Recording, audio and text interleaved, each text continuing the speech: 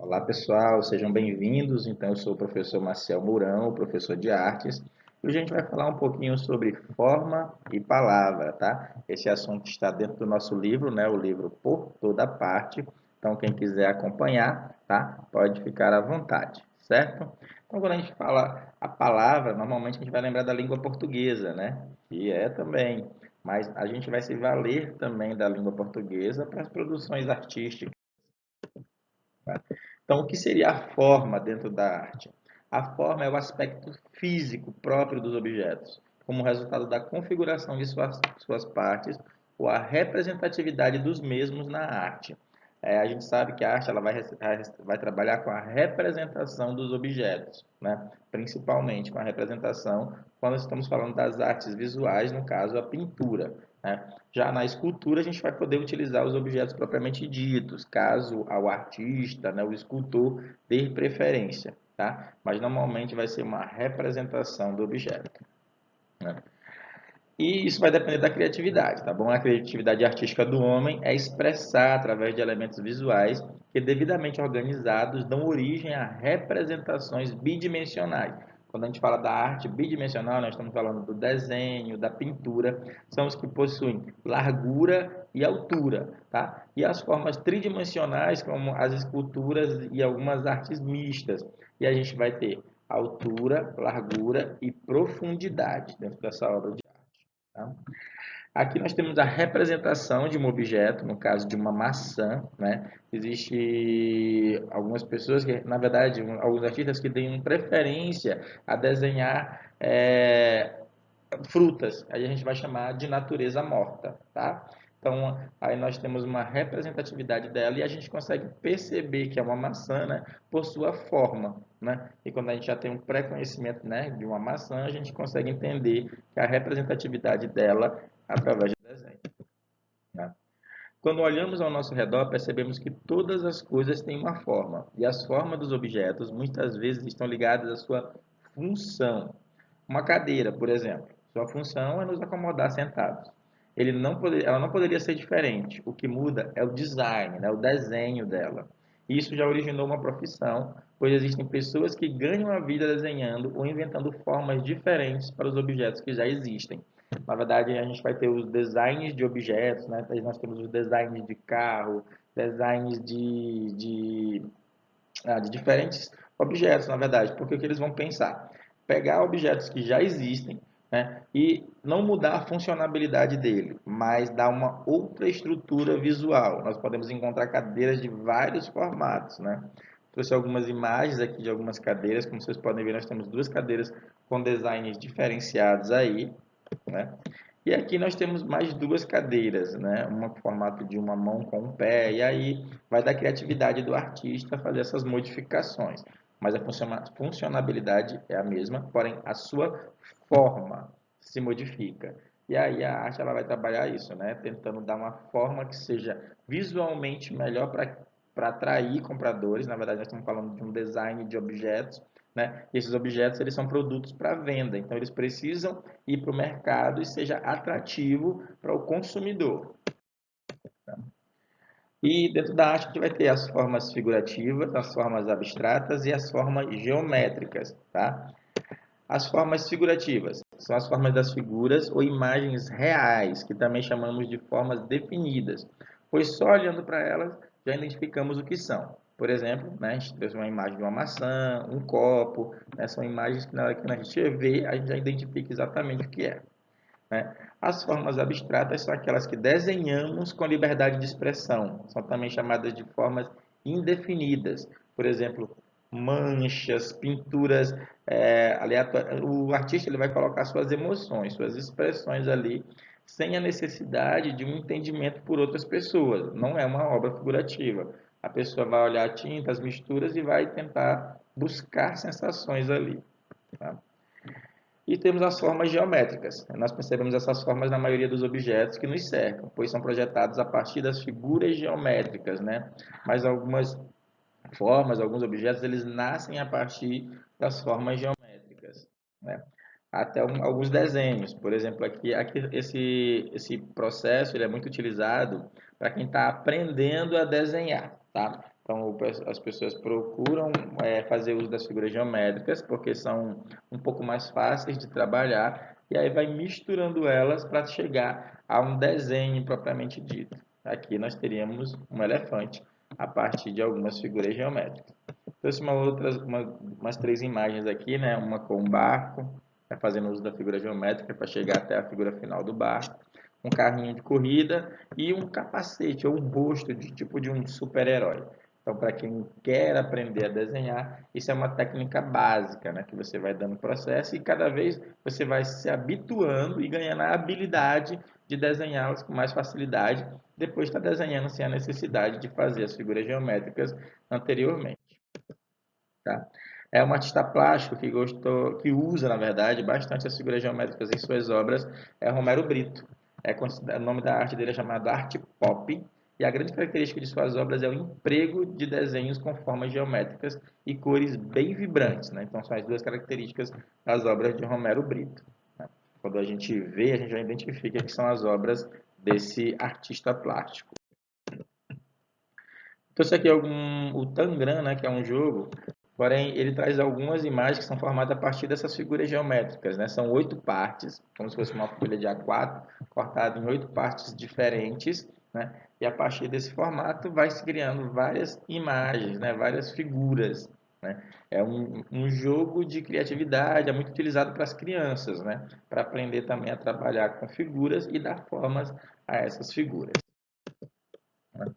E aí o nosso assunto propriamente dito, que é forma e palavra, né? Então a forma como eu dispus aqui as palavras, né, já é formando um círculo, né? Um círculo com profundidade, né? No caso a gente vai diminuindo o tamanho da letra para já dar essa sensação, né, de profundidade, ok?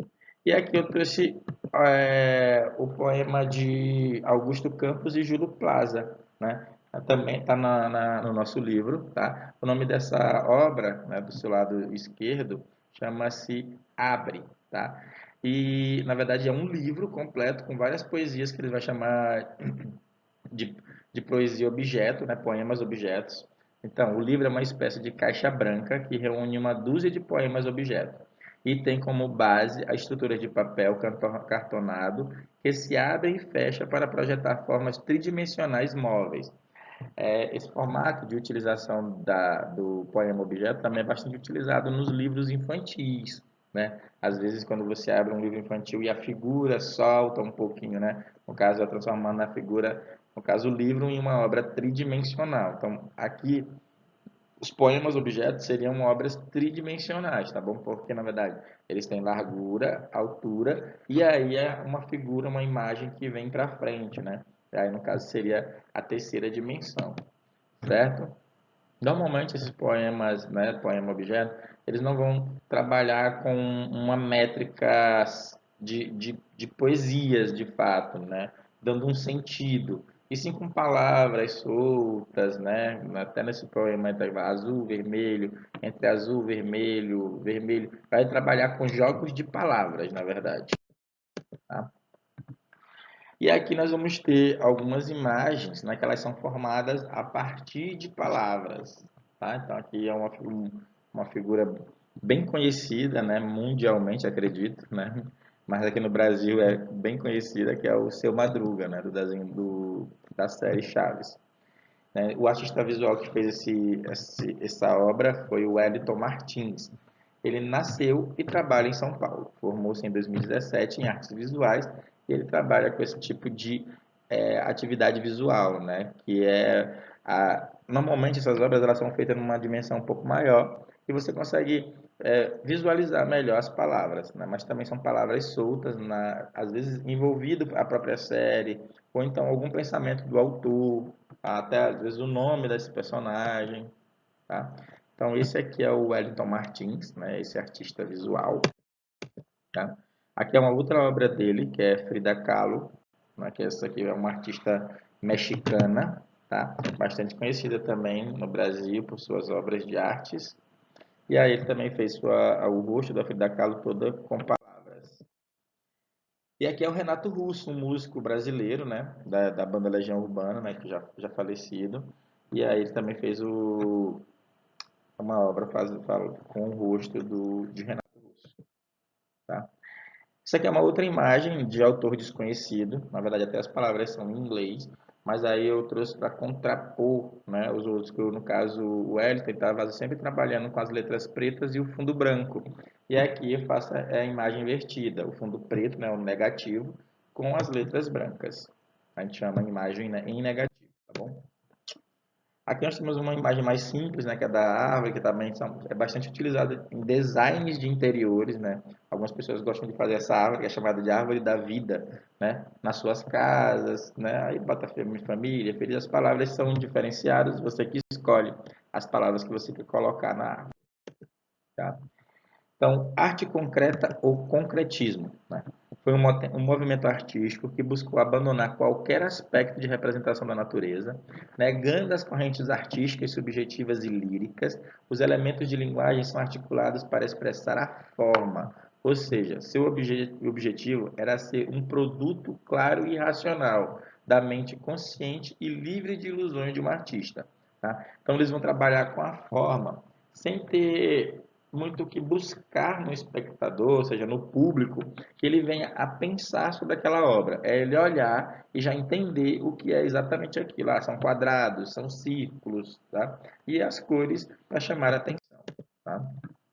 Aí onde surgiu o concretismo? O movimento concretismo surgiu na Europa durante o século XX, né? Século XX que durou de 1901 ao ano 2000, né? Com a intenção de produzir obras que usam somente os elementos próprios da linguagem artística, como pontos, linhas, cores e planos. Então, esses elementos são os elementos básicos da linguagem visual, né? Ponto, linha, cores e planos. Então, a arte concreta ele vai utilizar esses elementos para fazer sua composição, acreditando que os elementos por si já são arte e elas devem ser apreciadas, né? Então, aqui nós temos um jogo de cores, né, com o preto e o amarelo. Lembrando também que a arte concreta ela vai trabalhar muito com a métrica certinha, né? Ela vai ser uma arte medida para caber dentro daquele espaço escolhido pelo artista. E ela vai permear outras linguagens, né? Não só a pintura, mas também a escultura, a arquitetura. Aqui nós temos também uma outra obra fazendo utilização do preto e o branco. E aqui nós já temos uma escultura, né? A utilização da forma e dando um equilíbrio para isso, né? É exatamente devido às medidas, né, certinhas, matemáticas, eles acabam dando um equilíbrio para a forma. E aí ela se torna a beleza da obra, né, da obra de arte concreta, vai estar nesse equilíbrio também. E a poesia concreta, né? Aí a gente vai ter esse objeto artístico misturado com a poesia. A poesia concreta emergiu no Brasil, ou seja, se cresceu no Brasil, né, próximo aos anos de 1950, e foi coordenada pelos irmãos Augusto de Campos, Haroldo de Campos e o amigo Décio Pignatari. O livro ele vai dar um pouquinho mais de exemplos com relação a Décio, tá? Então, Décio Pignatari é poeta, tradutor, romancista, dramaturgo, ensaísta e professor. Nasceu em 20 de agosto de 1927, em Jundiaí, e morreu aos 85 anos, em 2 de dezembro de 2012, na cidade de São Paulo. Tá? Mas aí ele ficou conhecido como um dos grandes disseminadores da poesia concreta no Brasil, né? Então, a poesia concreta ela vai trabalhar com as palavras, né? E o jogo de palavras e vai chamar atenção a partir disso, tá? Então, aí nós temos uma poesia que é uma das mais conhecidas aqui no Brasil, né? Falando de bebê, Coca-Cola, bebe, caco. Então, a sonoridade da poesia é que vai chamar a atenção. Aqui é uma outra poesia, essa de Haroldo de Campos, né, que também foi um dos disseminadores dessa linguagem artística, né, poética aqui no Brasil. E aqui de Augusto de Campos. Essa também é bem conhecida, né, falando de lixo, luxo, né, mas no geral formando a palavra lixo. Certo? As principais características da poesia concreta, que era a anulação do verso tradicional, ou seja, da rimazinha certinha, de começo, meio e fim.